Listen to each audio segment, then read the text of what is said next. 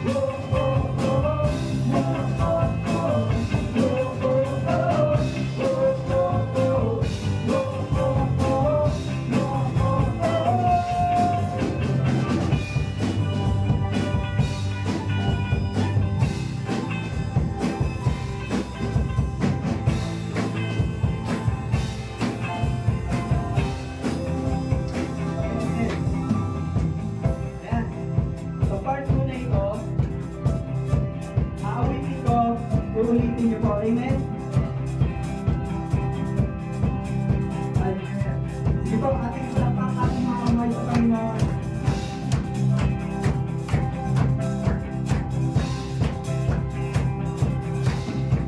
Now we stand up on your truth. Now we stand up on your truth. All my days I live for you. All my days I live.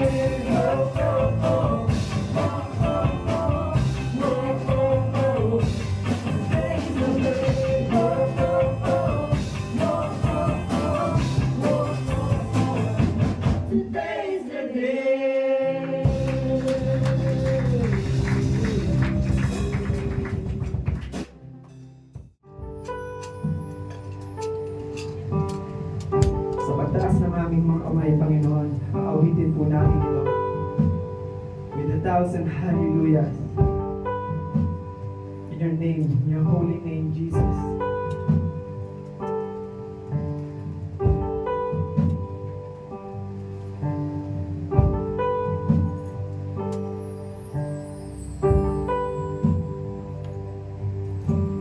Who else would drops cry out to worship?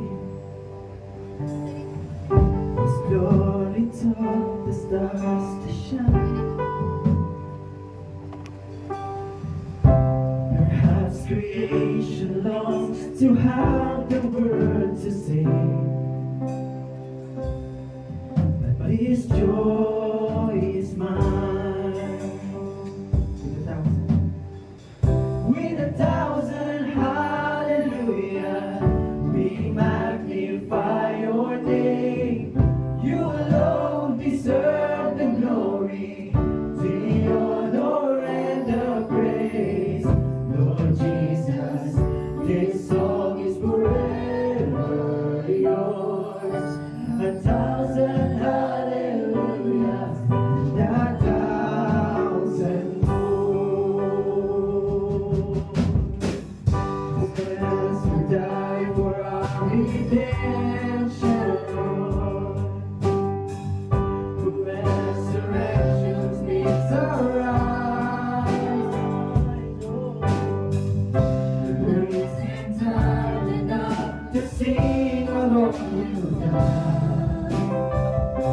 But I have eternity's will try. With 1,000 hallelujah, we magnify your name. You alone deserve the glory, the honor and the praise. Lord Jesus, this song is forever yours.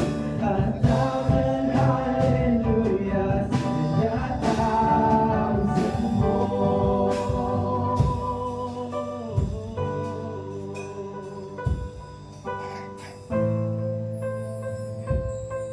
We praise your name, O God. We praise you, Lord.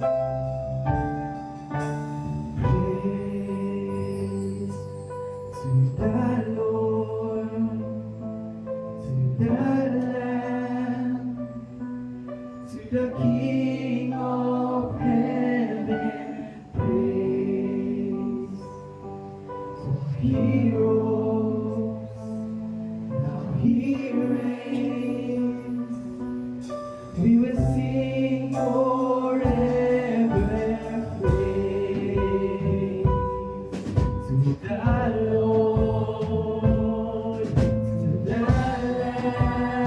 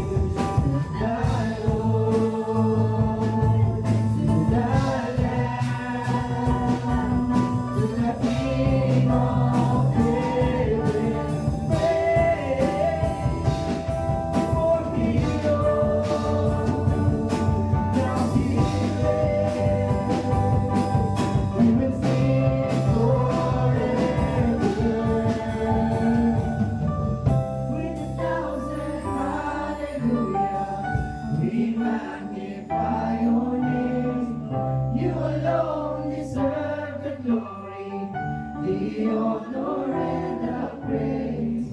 Lord Jesus, this song is forever yours. 1,000 hallelujahs and 1,000 more.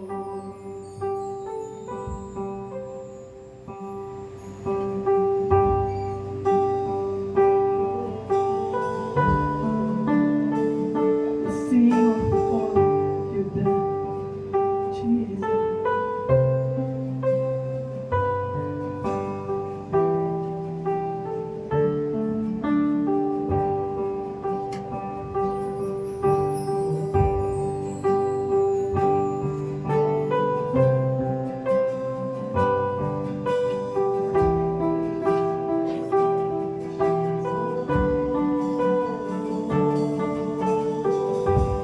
No one compares.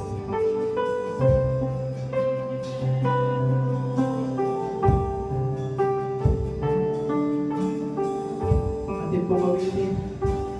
Oh, praise the name of the Lord our God. Oh, praise His name forevermore. For endless days we will sing your praise. Oh Lord our God. Oh, praise the name of the Lord our God. Oh, praise His name forevermore. For endless days we will sing your praise. Oh Lord our God. Oh, praise the name of the Lord our God. Oh, praise His name forevermore. For endless days we will sing your praise. Oh Lord our God. Oh, praise the name of the Lord our God. Oh, praise His name forevermore. For endless days we will sing your praise. Oh Lord our God. Oh Lord our God. Oh Lord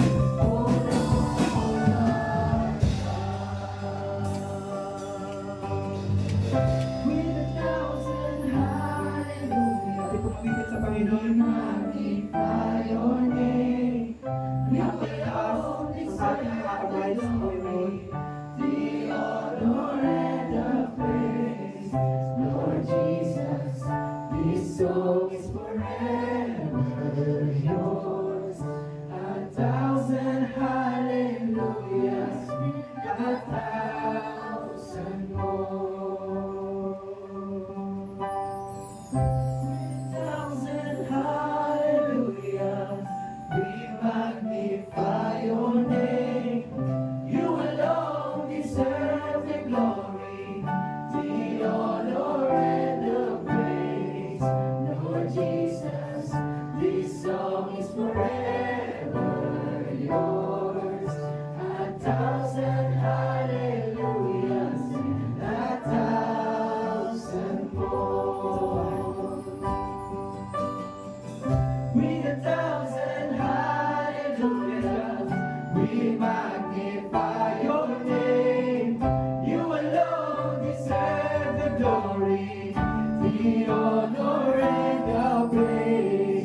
Lord Jesus, this song is forever yours. 1,000 hallelujahs, 1,000 more.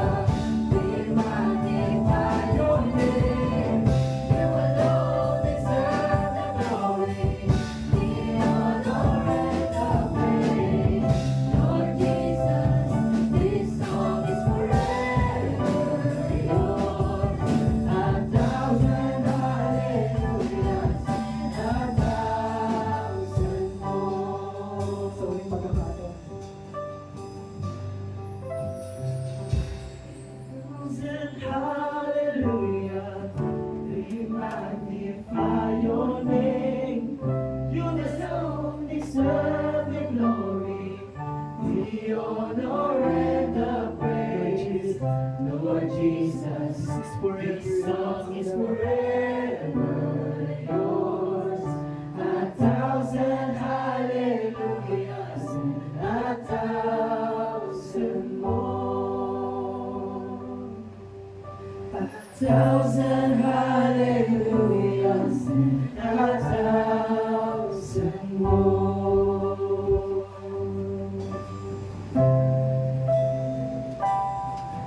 A thousand hallelujahs and a thousand more. Diba, maraming palakpakan ating Panginoon.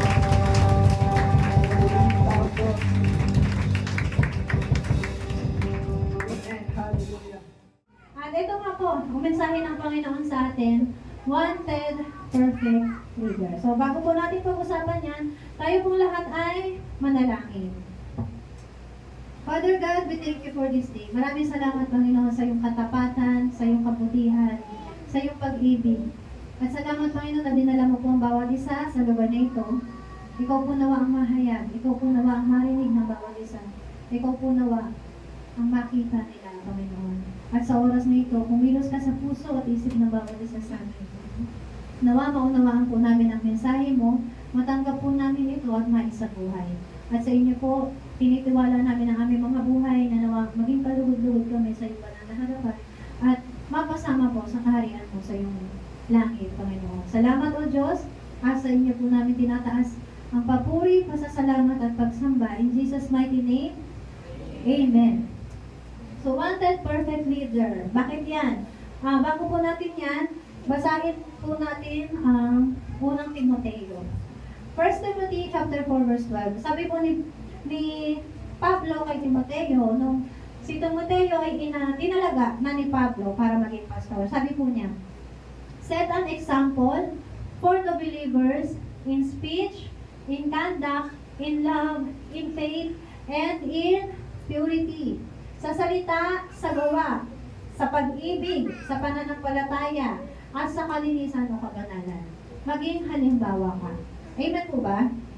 As leader, we should set an example para sa lahat. So sabi nga po dyan, wanted, perfect leader. Ito po kasi yung madalas na nagiging problema ng isang church. Kaya may mga umaalis. They are always looking for the perfect leader, for the perfect people. At ang dahilan po, ito kasi yung hinahanap nila. Someone who is nice, gentle, kind, and humble. Someone who do not correct or rebuke, care too much, force decisions. Someone who do not challenge comfort zones. Someone who do not love enough to control. So para sa kanila po kasi dapat ang leader lagi mabait, maunawain, mapagbigay, sa sarili niya ng terminal. But honestly, a leader can really be perfect. Pero, depende po yan sa miyembro.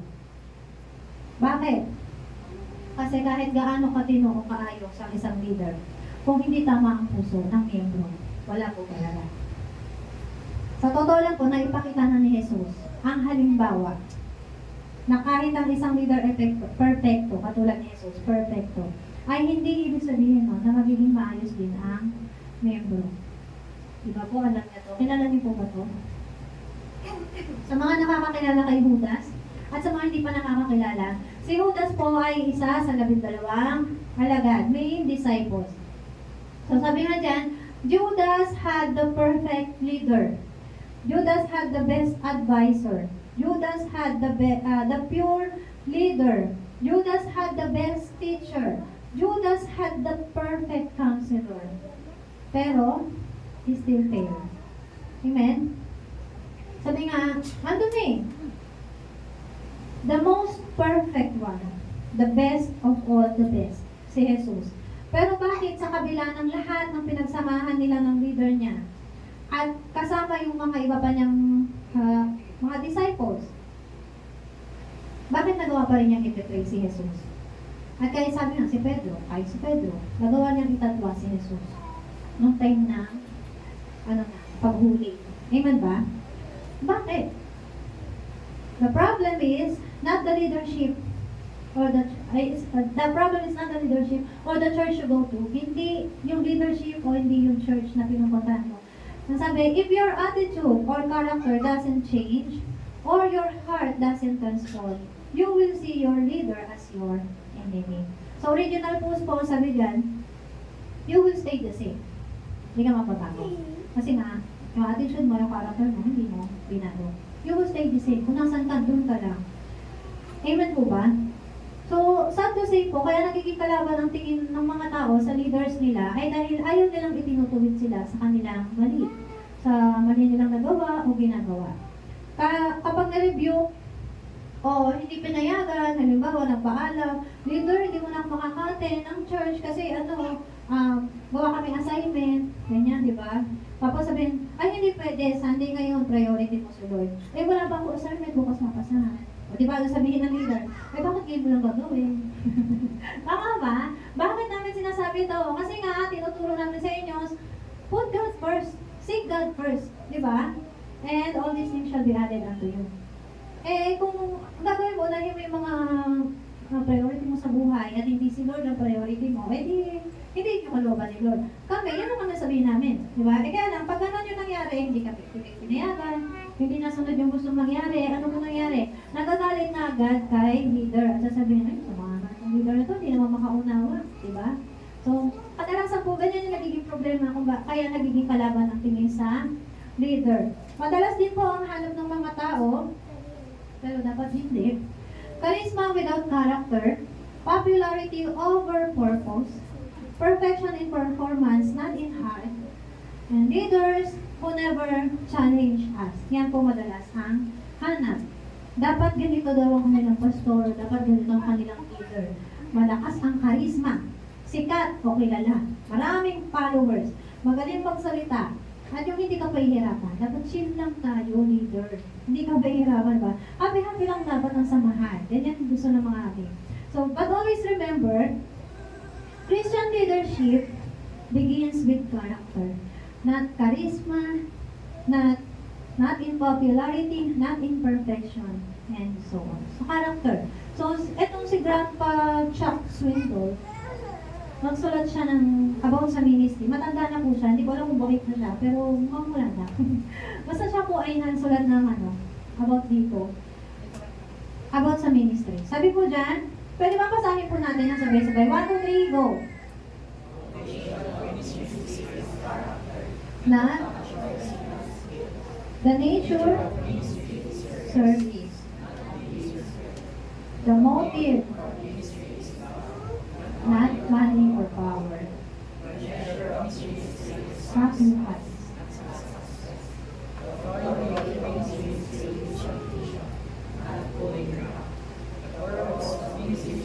To glorify God, not to glorify ourselves. If you want to go, pumasok sa isang ministry, dapat alam mo na ang kailangan mo dyan, character.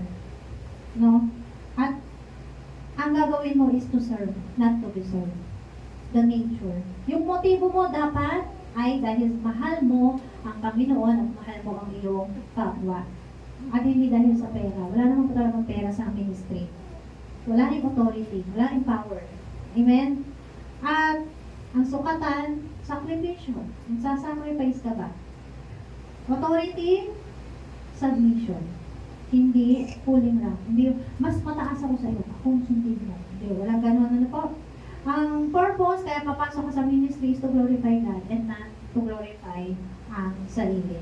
Naunawaan po ba? Pero malinaw na sinabi dyan, the foundation of ministry is character. Bakit yun yung inuna? Kasi mahalaga po ang character. May kasunod pa po yan, at yan nga po si Chuck Swindoll na sinilalim ang kanyang pangalan. Sana naitindan mo, Chuck. Hindi po yung si Chucky, yan. Chuck. Sabi niya, the tools of ministry are prayer and scriptures. Yan po yung ginagamit natin. Not marketing handbooks. Wala tayong mga propagandang kapaganda. Amen? The privilege of ministry is growth. Paglago, which may be in depth rather than in numbers. Paglalim, hindi sa bilang. Kahit gaano pa tayo karami, kung hindi naman po tayo lumalago spiritually. Wala po yun. Amen? The power of ministry is the Holy Spirit, hindi yung pastor. Amen? Hindi rin yung programs. ang tanging kapangyarihan po ng ministry na meron tayo ay galing sa banal na Espiritu at banal na Espiritu lamang. Amen? Kahit ano pong program ang gawin natin, activity, hindi po yan, kung hindi naman po yan sinasamahan ng banal na Espiritu at kung hindi galing sa banal na Espiritu, ay hindi po yan kalulugdan ng Panginoon. Ang sabi pa nga, the model for ministry is Jesus Christ, not a corporation or a man. Kahit ano pong galing ng leader o pastor natin, napakagaling niya magsalita, mahusay, maraming followers. Kung hindi naman po si Kristo ang sinusunod, kung hindi si Kristo ang tinutularan, hindi si Kristo ang sinusunod, diba? Magbibigay ng ulo sa Kanya at sarili lang naman pala niya. Hindi po tayo kikilalanin ni Jesus pagdating ng panahon. Kasi sabi po ni Jesus, tumawag man kayo sa akin ng Panginoon, Panginoon. Sabi ni Jesus, hindi ko kayo nakikilala. Dahil yung sabi niya, Panginoon, galing ako ng may sakit, Panginoon, nagpalayas ako ng masamang espiritu. Diba? Yung mga yun, ang nakakagawa lang doon, mga malalalim sa prayer, yung magpalayas ng masamang espiritu, yung magpagaling, binigyan ka ng gift of healing, di ba? Pero ano sabi ni Lord, hindi ko kayo nakikilala, mga mapagawa ng masama. Bakit? Kasi they glorify themselves and not God. Amen po? So dapat, si Jesus ang modelo natin sa lahat ng ating ginagawa at hindi kung sino-sino. Yung kung sino-sino na dahil maraming followers, kilala sila, magaling sila magsalita, nakakapag-perform ng mga himala, nakakapagpagaling ng mga may sakit and so on. Hindi po ibig sabihin nun ay okay sila. Dapat hindi po yon ang ating modelo. Huwag po natin silang gawing modelo, inspiration o gagayahin. Amen? Ang dapat natin tularan lagi ay walang iba kundi si Jesus. Sabi nga po, ito yung dapat hanapin natin sa isang leader. Someone who boldly corrects, rebuke, someone who boldly cares, someone who boldly guides decisions with conviction and clarity, disrupts comfort zones. Yung bang aalisin kayo sa inyong comfort zone para lang kayo ay lumago. Speaks truth, but challenge and heal. Holds you accountable, bibigyan kayo ng responsibility. This is your responsibility. Gawin mo ito. Accountable ka dito. Pagka ikaw ay nagkamali dito, accountable kayo pala. Gano'n no? Pero, pag hindi kasi kayo binigyan ng responsibility at hindi kayo ginawa accountable sa isang bagay, you will never grow. Hindi kayo magiging responsible. Amen ba? And sabi pa nga, someone who boldly awakens conviction, not complacency. Yung bang, sabihin mo, ay, leader na kung sala ako, nagawa ko to. Sabi na, gano'n, hayaan mo, tatawin ka naman ng Panginoon. May ganun lang yun. And syempre, dapat alamin ni leader, ano nangyari, bakit ka nagkasala, ganito, ganyan. So, pag nakita ni leader na, hindi gusto mo pa rin. Di ba? So, may pagkakamali ka. Doon yung talagang, kaya sinasabi niya, awakens conviction. Hindi namin pwedeng i-baliwala lang na, leader, nagkasala ako. O sige, patatawin ka na. Nagkasala na naman ako, nagawa ko na naman to. Ay, okay lang yan, ganito. Hindi kami pwedeng ganun. Ano po, bilang leader, responsibility rin namin ang inyong kaluluwa. No, bukod sa kayo, sa sarili nyo. Sabi pa, someone who boldly loves enough to confront, restore, and empower.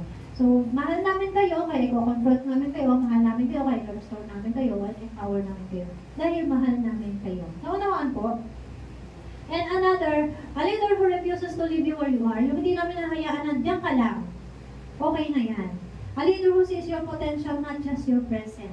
Yung bang nasa ministry ka, tapos, pagkanta lang yung kaya mong gawin, hindi, ipupush ka namin. Baka kaya mo magsayaw. Baka kaya mo mag-lead din. Baka kaya mo tumugtog ng instrumento.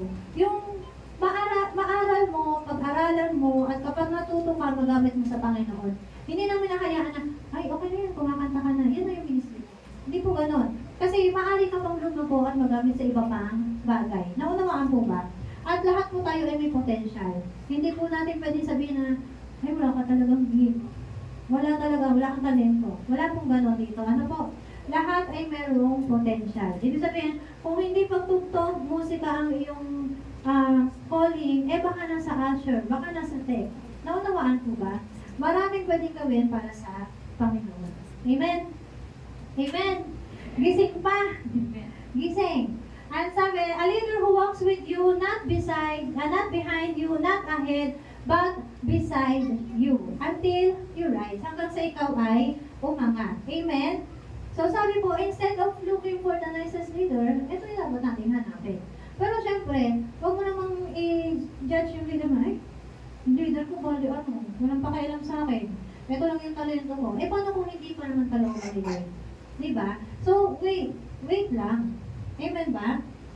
Sabi pa dito, ito po yung nakakalungkot. Kaya marami umaalis sa church kasi nga ayaw nila sa leader na kung hindi pabaya, ay masyadong nag-care. Sabi nga, who cares too much?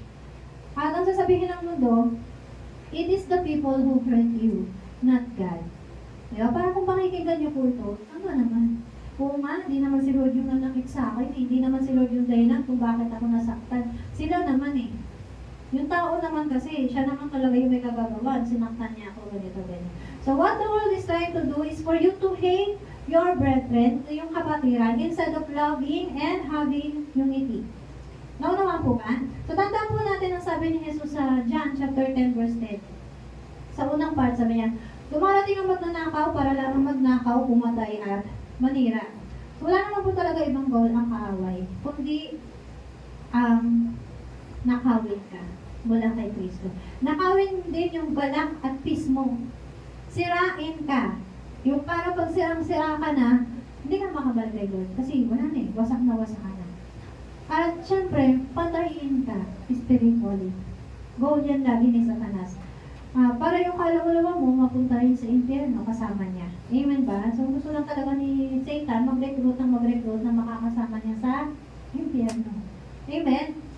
So ang nakalungkot po ay lagi tayong pag lagi tayo tumitingin sa mga imperfect na tao sa paligid natin, wala po talagang tayo mag-enjoy at peace.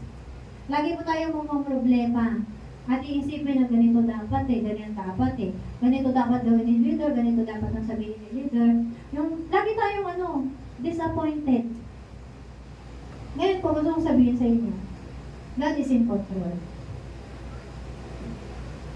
May mga bagay po kasi na nangyayari. Lahat po yun. Sa loob at labas man ng church ay kontrolado ng Diyos. Lahat po yan ay kalooban ng Diyos. Pero, don't get me wrong, kasi hindi po kalooban ng Diyos na magkasala ka at kahit ng iyong kapwa. Never po, nakalooban ng Panginoon. Halimbawa, nagkasala ako, nasaktan ko si Momon, yung asawa ko, no? Halimbawa, nagkasala ako, tapos nasaktan ko siya. Hindi kalooban ni Lord na magkasala ako. Pagkakamali ko yun. Yun yung tinatawag natin, kasalanan ko yun. At kailangan kong ihingi ng tawad sa Panginoon. Pero si Momon, kung ang magiging reaction niya, hiwalay na tayo, iwan na kita. Yung gano'n, di ba? So, kasalanan naman po niya yun. Oh, siya rin mawala. Ganun po talaga yun. Kasi, ang tinitignan ko ng Panginoon ay, ikaw, ano yung damdamin mo? Sabi mo sa katabi mo, God is looking at you. Kasi, kung ano yung damdamin mo, kung ano yung nasa isip mo, yan lagi tinitignan ng Panginoon sa kabila ng sitwasyon na dinanas mo. Amen po ba? Yan talaga yung nakakalungkot sa marami kasi sinaktan mo ako. Diba? Pagka ganyan, hiwalay na tayo. Pagka ganyan yung maging ay nag-react yung tao based on emotion, not on the will of God. Dapat, ang maging reaction kasi natin, ay, saktan niya ako, Lord. Sabihin ko sa'yo, Lord, magiging honest ako sa'yo. Hindi ko gusto yung sinabi niya, yung ginawa niya. Diba? Yung mga ganon. Dapat tayo, lapit agad kay Lord. Kaya lang, kung ang ginawa natin, kapag nasaktan tayo, defense mode agad tayo, sige, tulay na tayo.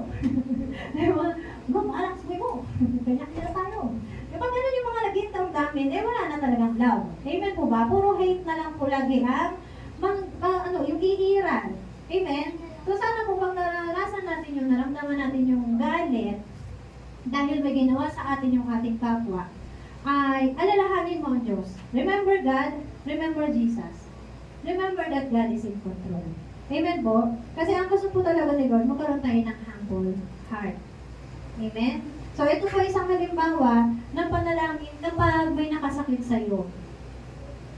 Kaya niyo po bang ipanalangin yan? Sabi niya, Lord, I want to be honest with you. Para ka lang nakikipag-usap sa nanay mo, sa tatay mo, sa kaibigan mo. Sabihin mo, I feel hurt, hindi ko nagustuhan yung ginawa o sinabi niya, patawad po, I'm sorry that I feel hindi. Sabihin niyo po lahat ng nararamdaman niyo. I'm sorry na nagagalit ako sa kanya. Please help me overcome this emotion. Isa sa mahalagang bagay, dapat hilingin natin sa Panginoon na tulungan niya tayong ma-overcome natin yung nararamdaman natin. Amen? Hindi dapat iniingatan sa puso ang galit. Sabi nga, I'm giving it to you. Bigay ko sa Panginoon and I will trust you. That you will help me forgive this person. Forgive. Dapat po, ang panalangin natin ay magpatawad. Amen? Sa panahon na nagagalit ka, syempre hindi mo pa kaya magpatawad. Pero ipanalangin mo sa Panginoon, help me to forgive this person. At hindi po yan biglaan. Ay, pinatawad na kita. Kakapanalangin mo ba lang mo? Hindi. Ano yun? May series of, sabi nga, moving on, phase pa. Amen? Pero ito yung isa sa mahalagang part ng panalangin natin palagi. If I am wrong, dapat lagi niyo po isipin, baka kami ako pala mali. So, please forgive me. Hindi ka ng tawad sa Panginoon. At hiningin mo rin sa Panginoon na maunawaan mo at tanggapin mo ng buong puso kung ano man ang itinuturo niya sa'yo sa pangyayari niya. Amen po ba? Halimbawa lang po yan ng panalangin na dapat maging damdamin natin sa tuwing may nakakasakit sa atin. And always, tandaan po natin, hindi sa lahat ng pagkakataon tayo tama. Kaya po hihilingin natin, Lord, if I am wrong, kung ako naman po yung mali, patawarin niyo po ako. Kasi hindi po natin alam ang lahat ng nangyayari. Lalo na yung mga behind the scenes, kung bakit niya nagawa yun o nasabi yun, kaya nasaktan ka, wala po tayong alam sa lahat ng bagay na yun. Tanging ang Diyos lamang ang nakakaalam. Amen po ba? Kaya, we should always seek and ask for God's guidance. Amen? Amen? Isip pa ulan. Yan. So, sabi po, isa sa mahalaga din, yun nga, huwag laging galit. We should have the heart that understands and forgive. Kasi nga, kahit tayo rin naman ay nagkakamali, nakakasakit din tayo ng ating kapwa. Amen? Sabi, it doesn't matter kung sincere ba sila o hindi. It doesn't matter kung humingi ba sila ng tawad o hindi. Ang mahalaga ay alam mo that God is in control. You give it to God, ibinibigay mo sa Panginoon, and you live in peace. Sabi, it's not just for our peace of mind. It's also for our peace of heart.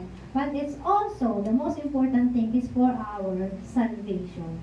Naunawan po, kaligtasan. Ano ba? Ligtas ka ba? Lahat po tayo ay gusto natin maligtas.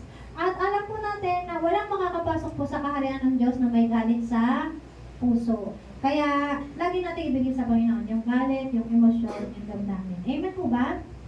So, wag po natin nahayaan na may manatiling galit sa ating puso. Kung familiar po kayo dun sa kasabihan na lagi po nung sinasabi sa akin kasi ni Mama nung mga bata pa kami, pag nag-aaway magkakapatid, sabi, wag mo nga hayaan na lubuhan ka ng araw na galit ka. Dapat magpatawaran kayo mga kapatid. Nasa Bible pala yun, akala ko, kasabihan lang. Yung pala ay nasa Bible. At ang ibig sabihin pala, wag mo hayaan na tumanim sa puso mo yung galit. Dapat matuto ka pagpatawad. Amen?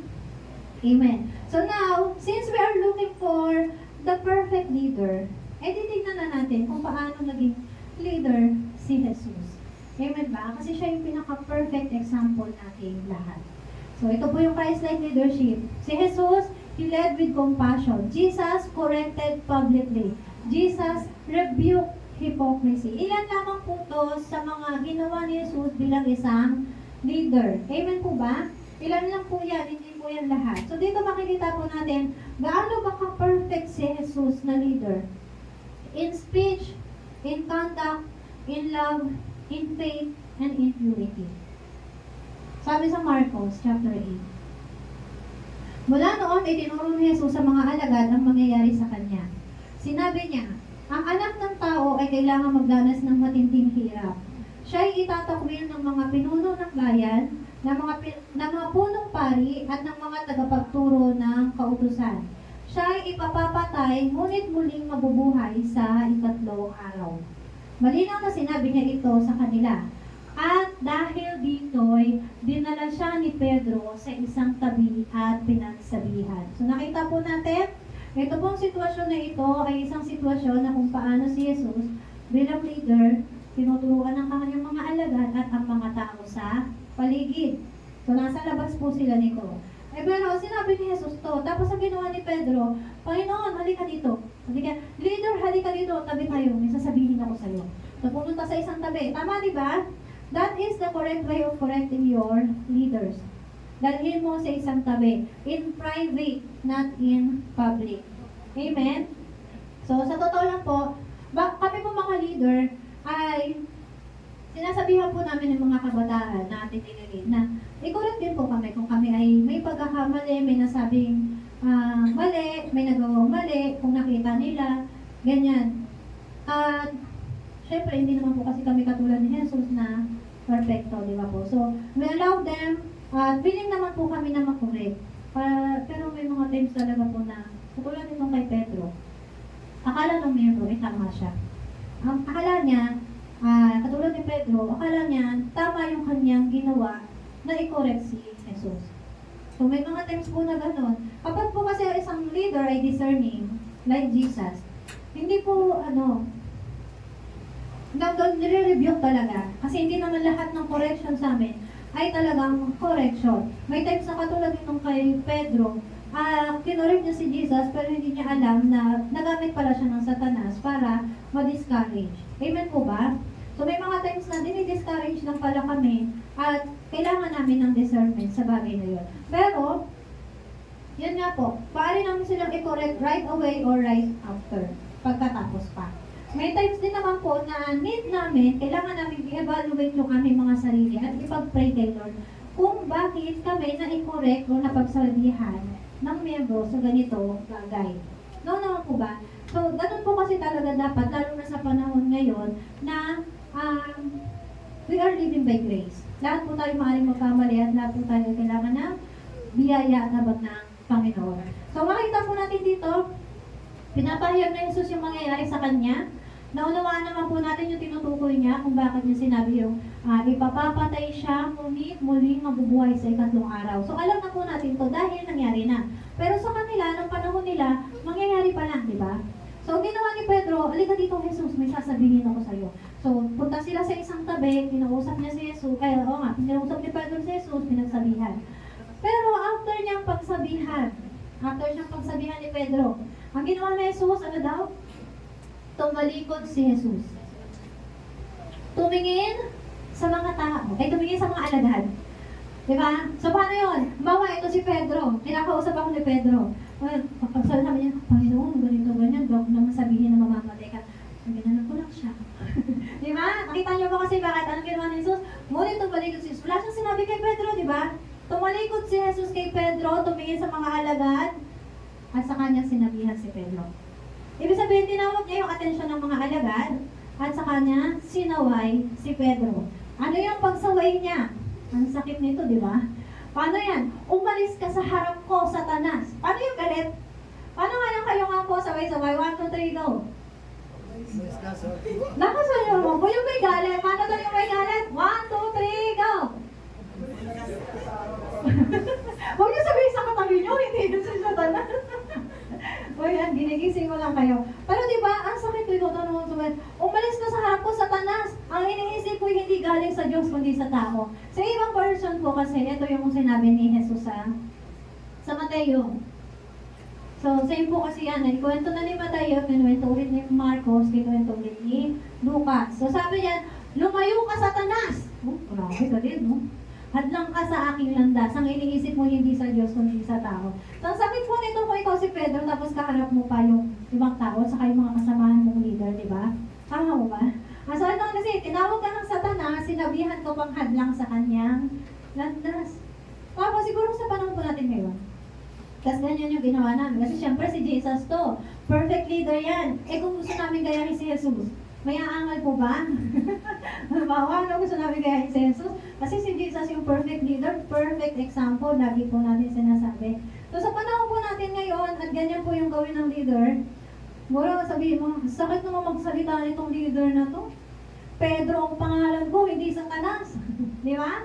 Hindi naman talaga si Satanas yun eh. Si Pedro yun eh. Bakit gano'n na sinabi? Naunawa po ba natin? Si Pedro yung kausap niya, sinaway siya ni Pedro, imbis na sagutin, paliwanagan, ang ginawa, nireview.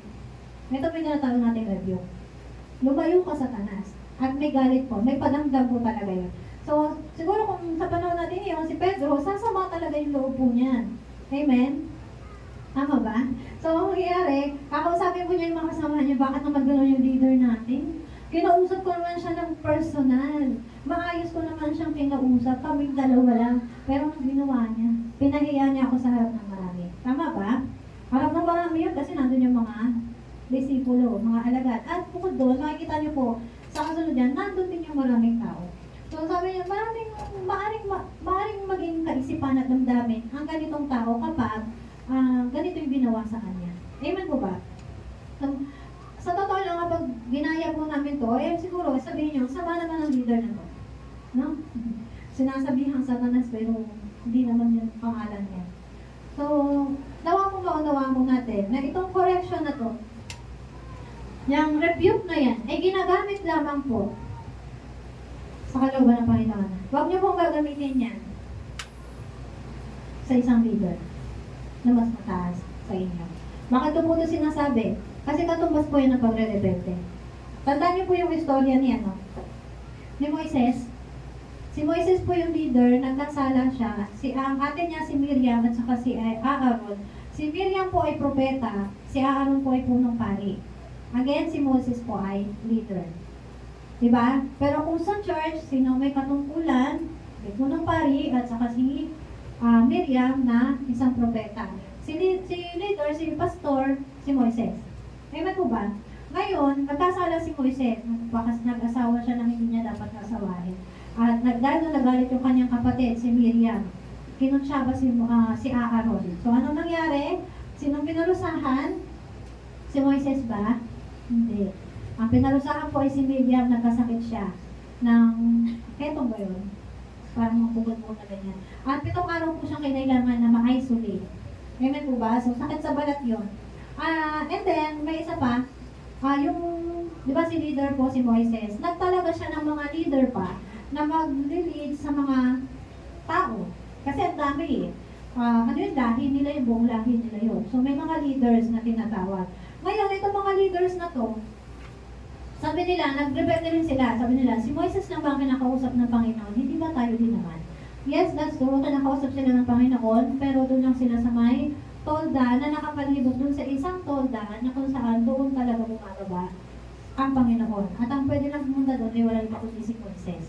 Amen po ba? Kinakausap sila ng Panginoon. Kaya yun yung naging kaisipan nila. Hindi lang naman si Moises ang kinakausap ng Panginoon, tayo din naman. So nagrebelde sila. At dahil doon, nagkampi-kampi sila at ang ginawa ng Panginoon, pinarusahan yung mga leaders na nagkampi-kampi. Naunawa po ba natin? So, wag po natin gagamitin itong salita na to na lumayo ka Satanas sa isang leader. O wag mo i-review ang mas mataas na leader sa'yo. Right? Again, yes, we're not after the rank, but always look for the God's authority. Yung binigyan ng Panginoon ng otoridad. Amen po ba? Para hindi po tayo magkasala, para hindi po tayo masumpa ng Panginoon. So, again, katulad po ni David, nagkasala rin si David. Inasawa niya yung hindi niya dapat asawahin, and then akala niya, okay lang. Kasi hari siya. Kasi nga, nung kultura nung time na yon, na-adapt niya doon sa mga nanakop sa kanila na yung hari, pwedeng asawahin kahit sinong gusto nila. Kaya lang, pinadala ng Panginoon si Propeta Nathan. At dahil doon, pinakita ng Diyos kay David na siya ay nagkasala. At nung ma-realize si David na siya ay nagkasala, ay nanghingi siya ng tawad sa Panginoon. So, paano kung sabihin ni Propeta Nathan? Hindi na binigyan ng warning. Nagkasala ka sa Panginoon, karapat-dapat kang parusahan. Tapos, dahil nagalit si Propeta, sabihin na hindi matanggap ni Propeta Nathan na nagkasala si David, di ba? So, maaari niyang sabihan si Propeta Nathan, ay si David na, mali ka, kasalanan mo, ganito, ganyan, parusahan ka. Dahil Propeta siya, may power po talaga yung kanyang salita. Pero ang sabi ng Panginoon, sa awit at saka sa unang kronika, ang sabi ng Diyos, hindi dapat apihin ang kanyang hinirang. Ang mga propeta, mga lingkod niya, hindi dapat saktan.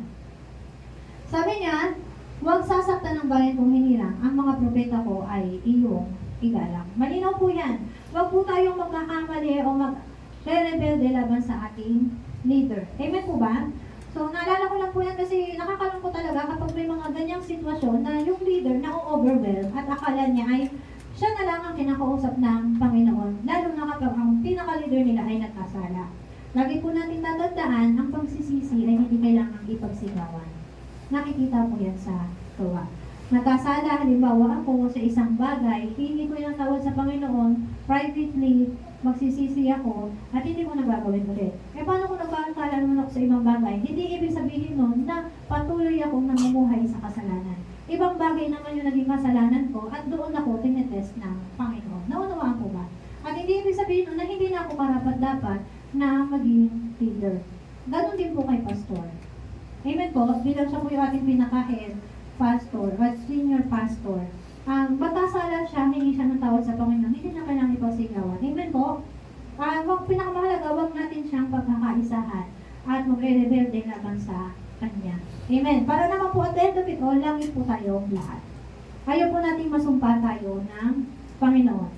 So, going back, sa ginawa po ni Jesus after po nung sinaway niya si Pedro, pinalapit ni Jesus ang mga tao at ang kanyang mga alagad. So nakita po ba natin dito, hindi na nga niya kinausap ng maayos si Pedro, sinaway pa niya ng public, tapos tinawag pa yung mga tao. Pinalapit pa.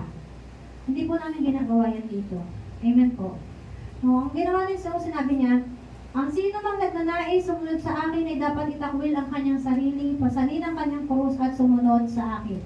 Ang sino mang nagnanais na magligtas ng kanyang buhay ay mawawalan ito. Ngunit, ang mawala ng kanyang buhay alang-alang sa akin at sa magandang balita ay magkakamit nito. So, wag po natin sana isipin na ang sama naman ni Jesus. Bakit niya ginawa yun? Bakit niya ipinahiya ng public si Pedro? Makikita niyo po kapag basahin niyo po yung Marcos chapter 8. Wala po kayong mababasa dyan na nagalit si Pedro kay Jesus. Bakit? Kasi alam ni Pedro na ang kinakausap ng Panginoon, nung time na pinalayas o nirebuke siya, ay yun yung demonyo talaga. So, si Pedro ay may humble heart talaga. At, syempre, committed po talaga siya sa Panginoon. Amen po ba? So, wag po natin ipagkakamali na isa to sa reason kung bakit itinatuwa ni Pedro si Jesus. No, hindi po. During this time, kaya tinawag ng Panginoon yung mga alagad, tinawag ng Panginoon yung pansin ng mga alagad bago i-rebuke si Pedro, ay dahil alam nila na merong demonyo. Alam nila na merong satanas. Amen po ba? Amen? Amen. So, maging mapanuri po tayo at huwag natin hayaan na tayo ay gamitin ng demonyo. Ang nakakalungkot ko, hindi namin kayo pwedeng sawayin ng ganito. Kasi baka sabihin nyo, ay, ano na kami, masama na kami. Eh, po ba? So, nakakalungkot man, pero hindi na namin kayo pwedeng sawayin na, may demonyo ka! Lumayas ng demonyo ka! Hindi namin kayo pwedeng ganunin, ano ko. So, not unless may sapi talaga ng demonyo yung isang tao. Amen.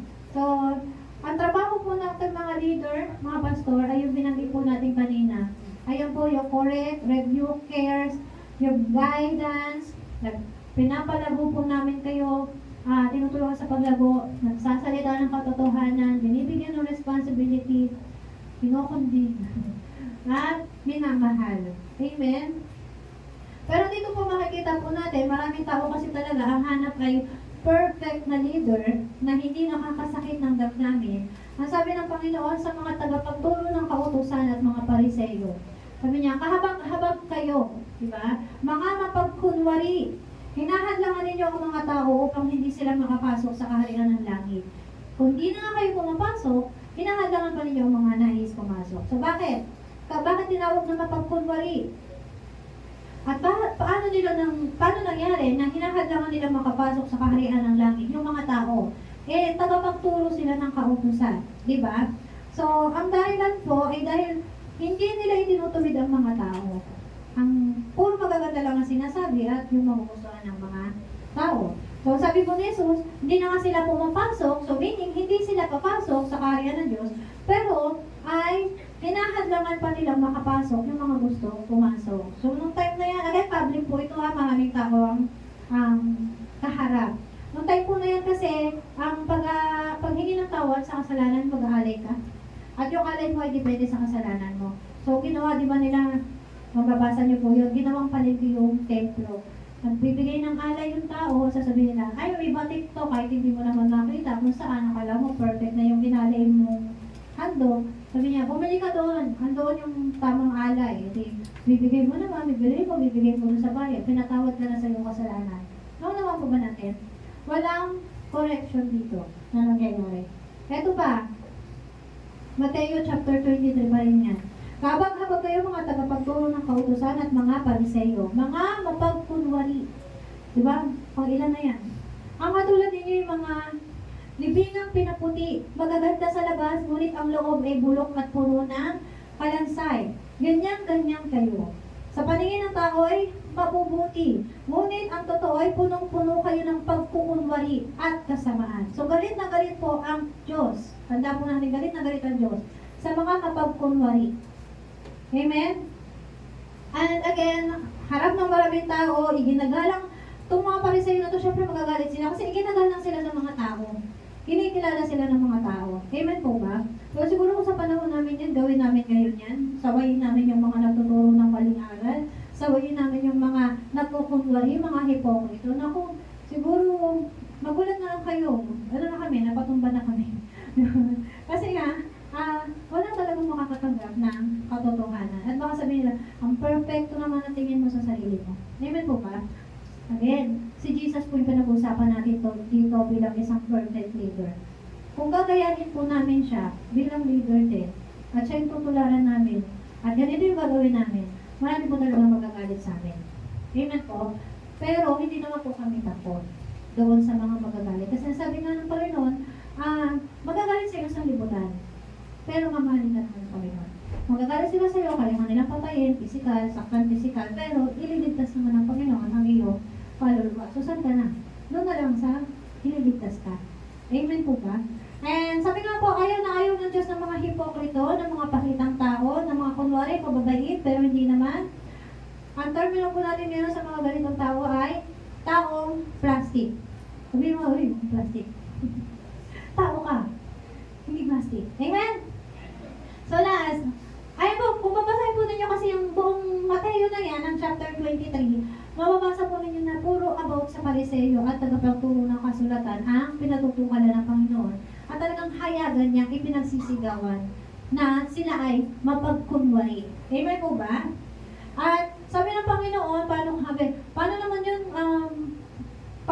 kung nasa church ako na ganito, tapos ganito naman yung pastor namin, ganito yung leader namin. So ito po yung sabi ni Jesus, ang mga tagapagturo ng kautusan at ang mga pariseyo, ang kinikilalang tagapagpaliwanag ng kautusan ni Moises. So, kami po yun. Kami po mga preacher, pastor, ang kinikilalang tagapagpaliwanag ng salita ng Diyos. Amen po ba?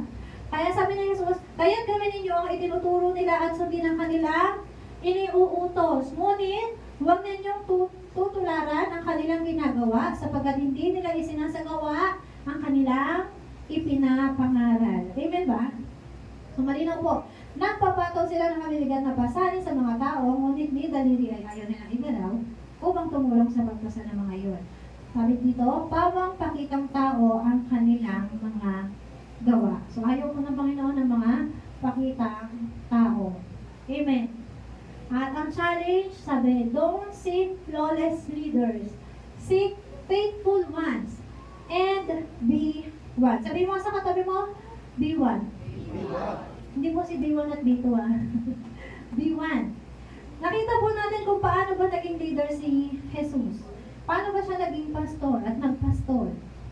If you imagine, kaiba po ito dun sa laging sinasabi ng marami si Jesus ay nice, always gentle, always kind. Amen ba? Always forgiving and always giving. Lahat naman po yun ay totoo. Kaya nga po para sa atin, si Jesus talaga yung perfect example, perfect leader.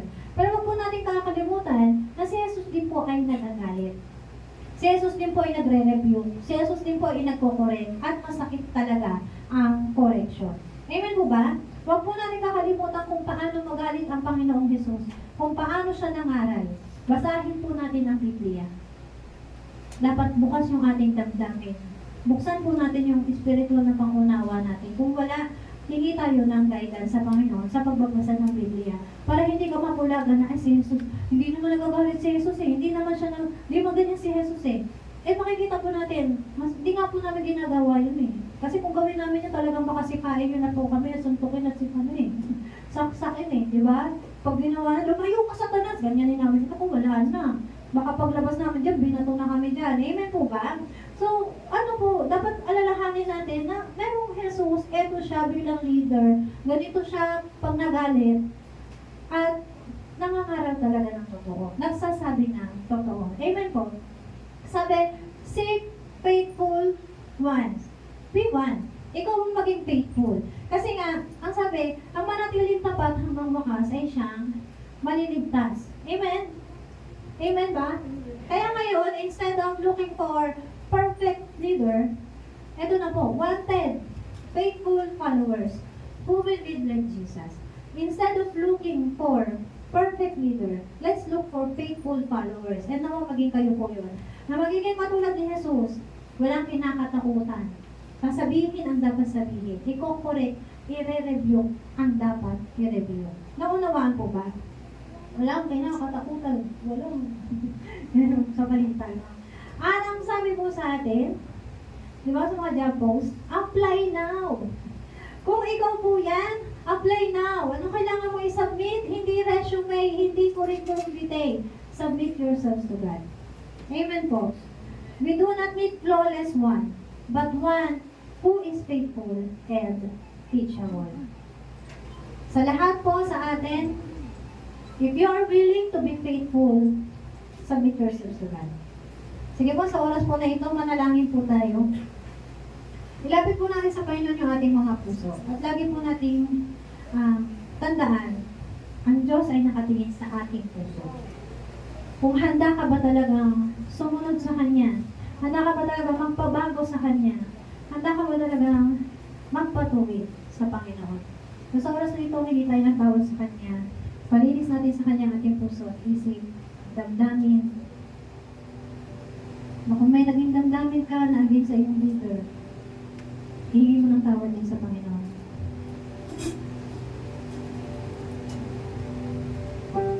At sa oras na ito, hilingin natin na baguhin tayo ng Panginoon.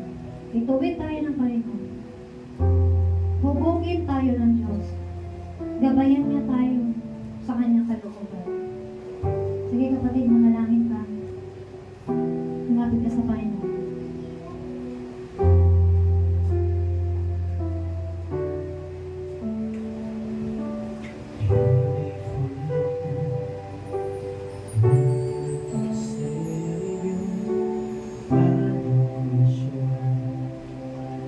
To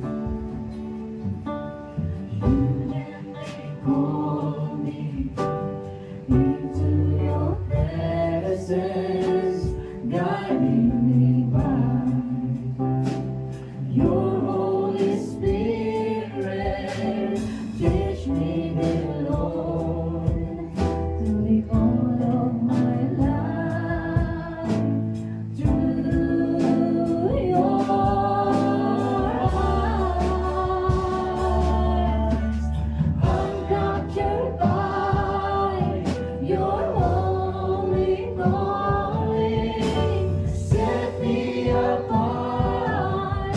I know you're drawing me to yourself. Lead me, Lord, I pray.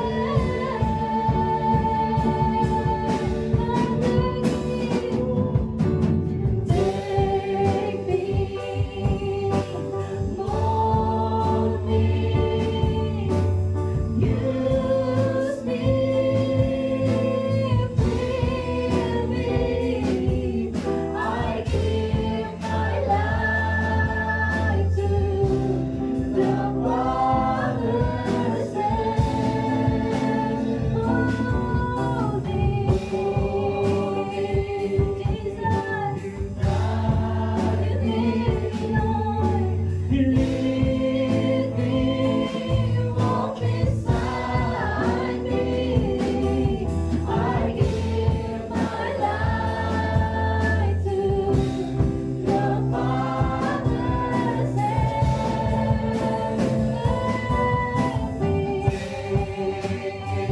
Hold me, use me, use me, fill me. I give my life to the Father's hand. Hold me, Lord, guide me, lead me, Jesus. Walk beside me. I give my life to the Father's hand. Sige, sabay mo ang Panginoon sa aksito. Magpasalamat ka sa pag-ibig ng Panginoon.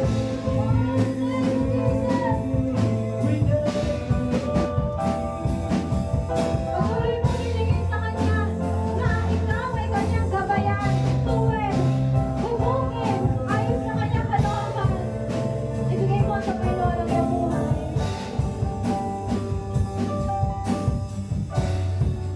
Oh, we thank you, Jesus. We thank you, Lord. We thank you, Father. Dahil alam po namin na kami mahal mo. Na nais mo kaming hubugin na ayon sa iyong kalooban. Sige kapatid, patuloy mong ipanalangin sa Panginoon ang aming na ito. Mula sa puso mo. Take me, Jesus. Take me. Mula sa puso mo.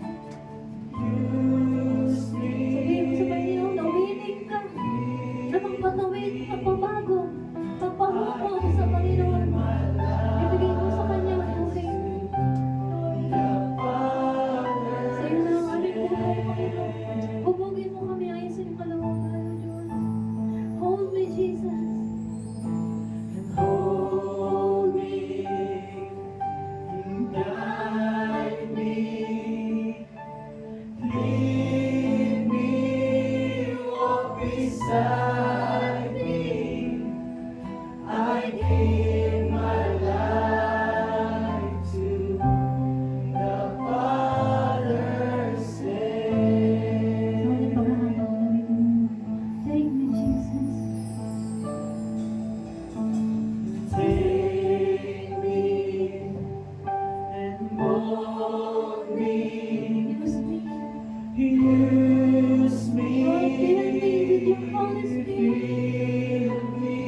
Give our lives to you. I give my life to the Father's hand. Salamat, Panginoon, ikaw ang humawak sa aming mga buhay. Gabayan mo kami, O Diyos. And hold me, you guide me, Lead me, Jesus. lead me, walk beside me. I give my life to the Father's hand. Sige kapatid, patuloy ka manalangin sa akin sa iyo. Panginoon, labis kami nagpapasalamat sa iyong pag-ibig, sa iyong paggabay sa amin. Salamat o Diyos na patuloy mo kami itinutuwid. Dahil alam po namin na lahat ng anak mo ay nais mong mapunta sa iyong kaharian. Kaya kami itutuwid mo, papaluhin kung kailangan dahil kami ay anak mo. Salamat Panginoon. Sa oras na ito, tinitiwala ko po sa iyo ngayon ang bawat isa sa amin. Nawa magkaman kami ng pusong naghahangad na ikaw ang patuloy na magtuwid sa amin. Tulungan mo po kami, gabayan mo po kami. Moon us, O God, according to your will. Nang sa ganon, makasunod mo kami sa iyong kalooban. Patuloy mo kami turuan, Panginoon. Na maging ayon sa iyong kalooban ang aming mga gagawin. Iisipin, daramdamin, Panginoon. Salamat, O Diyos. Dahil ikaw ang aming Panginoon na sinasamba. Tunay, tapat, makapangyarihan sa lahat. Sa inyo po namin lubos sinitiwala ang bawat isa sa amin. Ikaw ang patuloy na mangusap, ang kumilos. Hubugin mo po ang bawat isa. Nang sa ganon, kami makapaglingkod sa iyo na mula sa aming puso. May galak, Panginoon. May lakas na nagmumula sa iyo. At ang lahat ng aming gagawin nawa ay gabayan mo, O Diyos. Nang sa ganon, ay hindi po kami malayo sa iyong kalooban. At lahat po kami, balang araw, ay sama-samang magdiriwang sa iyong kaharian. Salamat, O Diyos, sa inyo po namin lubos itinitiwala ang bawat isa sa amin. We praise you, Jesus. We praise you, Father God. We thank you, Holy Spirit, for your guidance. We thank you, O Lord, for your presence, O God. Thank you po. Sa inyo po lahat ng papuri at pasasalamat. In Jesus' mighty name, ang lahat po sa atin, magsabi ng Amen! So, sabi nung napag-aralan natin kanina, sabi ng ating speaker, maraming role ang isang leader. At sa katunayan nga, hindi madali maging leader o pastor. Kasi ang laki ng responsibility nito. Baka nga pag hindi naman kami perfecto, katulad ni Jesus Christ. Ang mga leader na yan, tao rin. That's right. Nahuhulog sa pagkakasala. Nagkakamali. Pero yung role as a pastor, as a leader, binigyan kami ng authority to review, to correct, right? Tapos, to love, to care. Hindi naman lagi correction, hindi naman lagi pagsuway. Kundi, nandito para magmalasakit, pag-pray kayo lahat. Amen po. Alam niyo po, experience ko din naman yun. Nagtatampo din ako kay Pastor Amado. Nagtatampo din po kaya pagka nasasabihan ako. Pero sinasabi ko din naman sa kanya. Kaya lang, dumadaan yung araw, dumadaan yung linggo. Yun yung experience ko sa pamumuno niya sa akin. Hindi naman kami biglang musbong leader agad eh. That's right. Kami ay nag-umpisa sa Bible study rin. Tinuturuan kami, minumul kami doon, hinuhubog kami. Doon, sa biyaya ng Panginoon, naturuan, nagkaroon ng training, hanggang sa dumating sa panahon na na-appoint kami as a pastor, as a leader. Inaayawan pa nga, pero hindi mo talaga matatakbuhan ng Panginoon. Amen. So malaking role ang pagiging leader. Sabi nga kanina, si Peter, hindi pa siya leader noon, pero nare-rebuke na ng Panginoong Yesus. Sabi doon sa pag-aralan natin kanina, sabi, lumayo ka, Satanas. Parang ano kami yun, nagpapahiya lang ba si Jesus Christ? Hindi.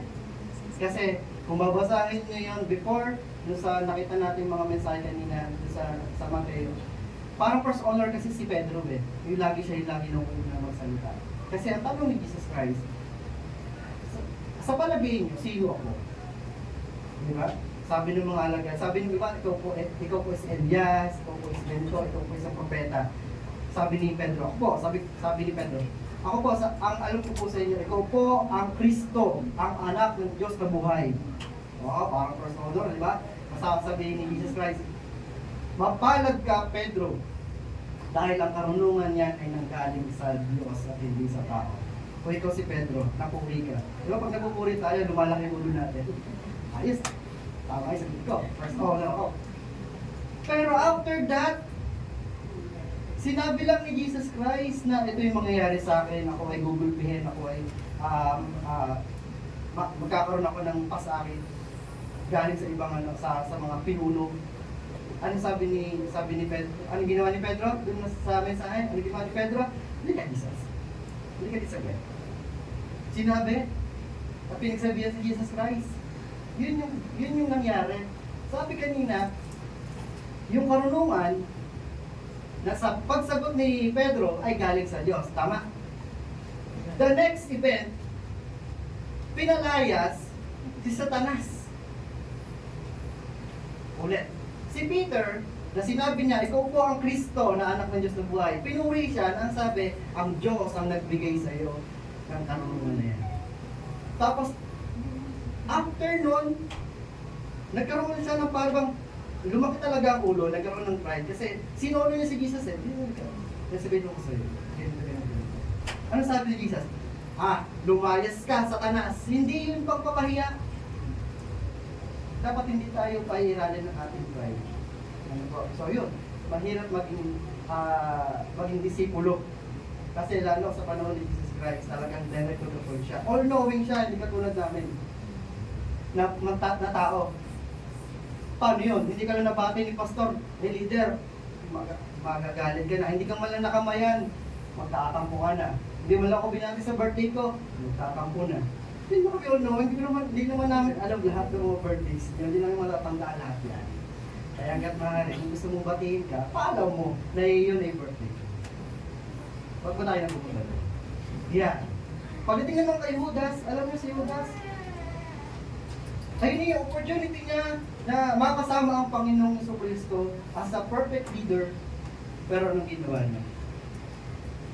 Tinakpil niya si Jesus. Sabi ba sa banal na hapunan, total tayo naman ay magpo-communion ngayon. Kakwento lang ako sa gilita. Bago siya itakwil ni Judas, diba? Sabi ng Panginoon, mayroong magtatakwil sa akin. So inihayag na niya. Nagsabi na siya panimula pa lang. Sabi nung 12 alagad, 11 muna, nagsabi-sabi sila, ako po ba yan, Panginoon? Ako po ba yan, Panginoon? Ako po ba yan, Panginoon? Hanggang sa 11. Pagdating kay Judas, anong sabi niya? Ako po ba yan, Guro? Ano niya pinagkaiba? Tama. Doon sa 11, ang paningin nila kay Jesus Christ, leader, Panginoon. Pagdating kay Judas, Guro. Kaya ako kausapin niya yung mga Pariseo, sabi niya, paano ba natin na sige ganito, ang ganito yung usapan, tinatakol ko si Jesus lang yung word, walang Panginoon, walang leader. Ganun siya kung paano ituring si Jesus Christ. Ngayon, so ano nangyari sa buhay niya? Sabi ni Jesus Christ, mabuti pa sana kung hindi na lang siya ipanganak. Yun yung sinabi ni Jesus Christ kay Judas. Bakit? Si Judas, kasi tinakul niya si Jesus Christ na may halaga. Ipinagpalit niya si Jesus Christ sa 30 pilak. Na yun ang sinasabi sa atin ng Panginoon, huwag mong ipagpapalit ang Kristo, huwag mong ipagpapalit si Jesus Christ sa pera. That's right. Huwag mong ipagpapalit si Jesus Christ sa trabaho. Amen. Huwag mong ipagpapalit si Jesus Christ sa opportunity. Amen. O yan, mahalaga naman po. Yes, mahalaga yun. Hindi naman tinatanggal sa inyo ng Panginoon yun eh. Dapat lang maging prior mo si Jesus. Amen. At huwag mo siyang ipagpapalit sa pera. Amen po. Sabi mo siya katabi, huwag kang magmukhang pera. Ito mag-compare. Si Judas kasi mukhang pera eh. Kasi niya 30 pilak. Ayun lang ang halaga sa kanya ni Jesus. Kaawa-awa. Kaawa-awa si Jesus. Alam naman natin yung kwento ni Judas kung ano nangyari. Ano po? Kaya kami po mga leader talaga, nagkakamali rin. At once na nagkamali po kami, sana ho ay magalit man kayo pero huwag nyo kaming kulamin. Ang kulit ng pastor palalakihin ko tayo mo. Huwag nyo kaming kulamin. Huwag nyo kami sumpain. Kami lamang po ay mga tao nagkakamali rin. Minsan nga nagkakamali ako sa pangalan, totoo yun. Buboy pangalan pala niya, yung pala, natawag ko ni Store. Yung mga ganun, huwag ko kayong magagalit. Paalala nyo lang. Ano ba, mga kapatid? So ngayon po, communion. Dami kong daldal eh. So yun po yung communion na gagawin natin ay i-take natin seriously. Amen. Itong kasing communion sa Griego, sa word na Griego ay koinonia. Koinonia. Ano ibig sabihin? Participate, sharing, communion, common union. Sabihin nyo, common union. Common yun. Kaya nabuo siya as communion. Ano yun? Iti-take natin yung body of Christ and His blood through a symbol. Tinapay at juice. Ano man yan, ano man ang ating gawing inumin. Sabi kasi, anong alak na mula sa ubas. Yun talaga yung totoo.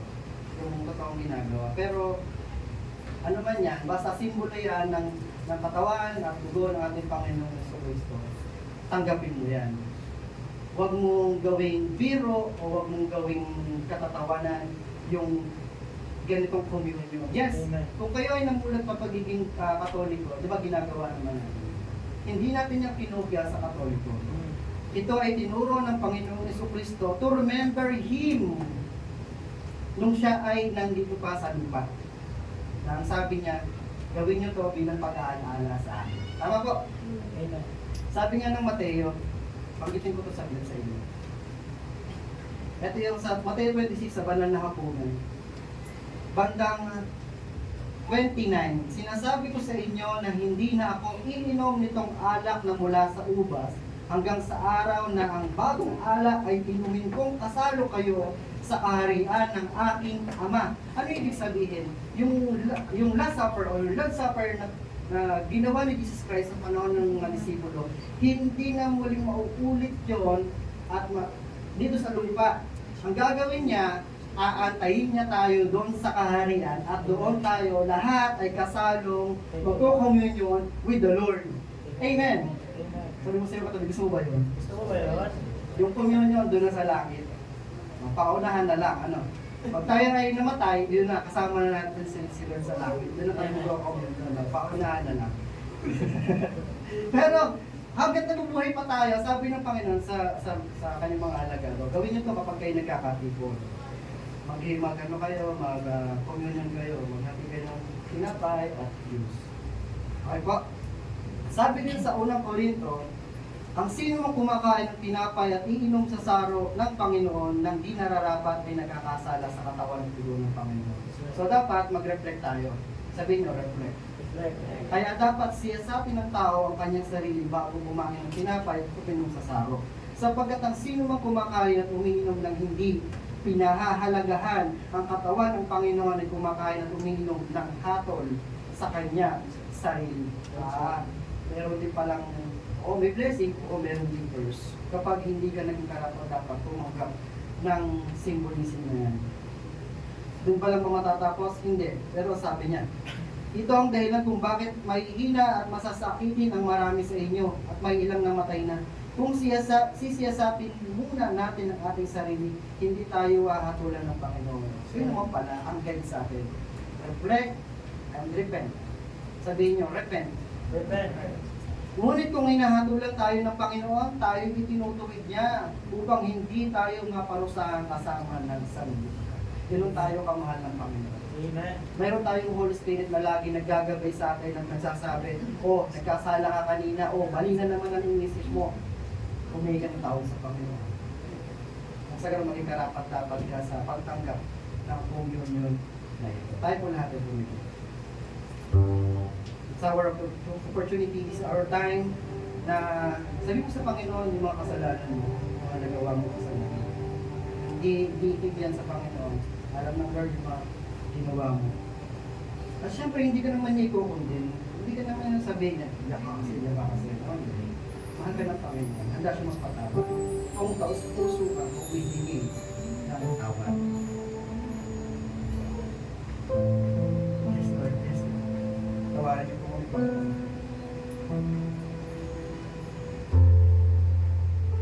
Reflect and repent.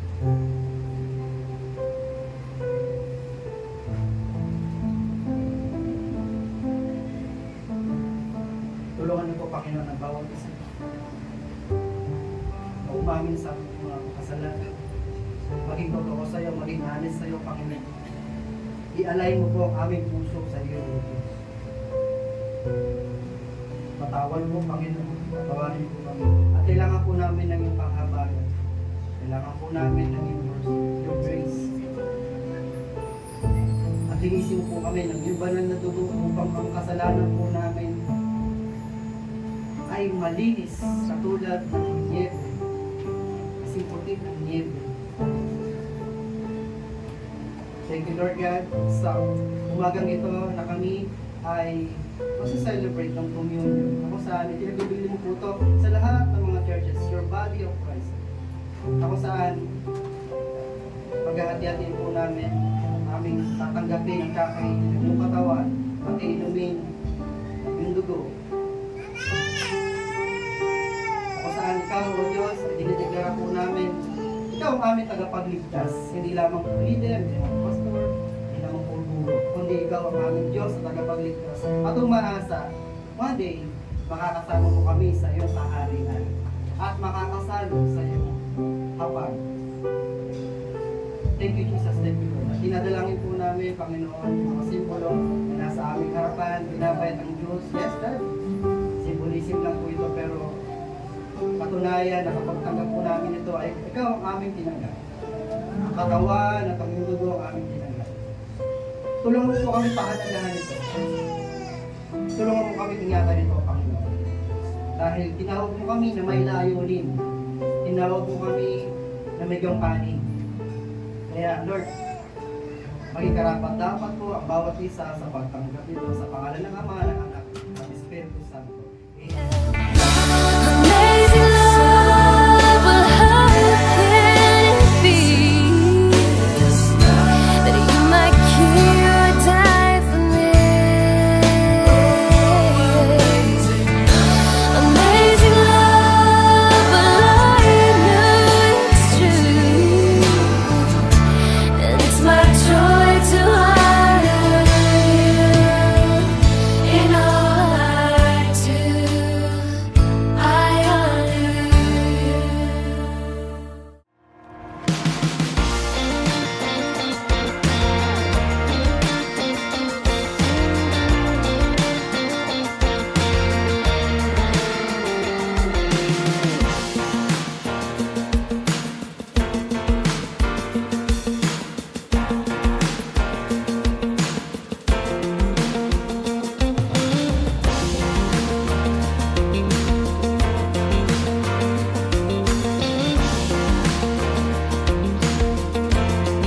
Let's take a few moments to stay connected with what God is doing in and through our church family. Please tune in to these important announcements, opportunities to grow, serve, and fellowship together. Join us for morning devotion every Monday to Saturday from 5 a.m. to 7 a.m. live on our CLCC Facebook group. Come early, come expectant, and begin your day with the Word, worship, and a fresh encounter with the Lord. Let's grow together in faith, one morning at a time. We also invite you to a special time of seeking God together. Join us every Friday night from 7 p.m. to 8:30 p.m. for our prayer and Thanksgiving gathering. It's a sacred space to pour out our hearts, lift up our needs, and give thanks for all He has done. Come expectant, breakthrough happens when we pray. And for our young champions, don't forget Amazing Kids, happening every Saturday from 9 a.m. to 11 a.m. right here at CLCC. It's a fun, faith-filled time designed especially for children ages 6 to 12, with Bible stories, songs, games, and lessons that build strong foundations in Christ. Your kids will love it. We'd love to see you again next Sunday. Join us for our Sunday services here at CLCC. We have 2 worship services every week. First service starts at 8 a.m. and second service at 10 a.m. Come early, come expectant, and bring someone with you. There's always a seat for you in God's house.